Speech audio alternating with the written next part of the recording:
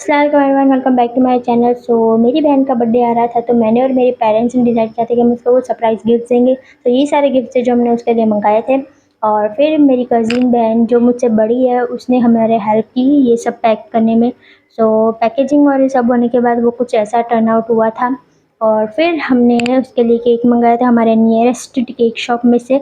मोनजीनिस नाम है cake shop का। और हमने जो केक मंगाया था उसका नाम है रेड वेलवेट चीज़ केक।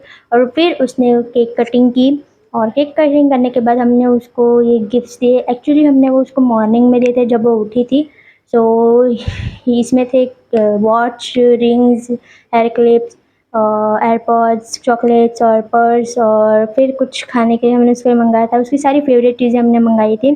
और लास्टली ये सब चीज़ें थी जो हमने मंगाई थी टोटली। और ये सब चीज़ें मेरी मम्मी ने मंगाई थी। हमने उससे छुपा के मंगाया था एक्चुअली। और अगर आपको ये वीडियो पसंद आई है तो लाइक शेयर सब्सक्राइब करना ज़रूर भूलना। बाय।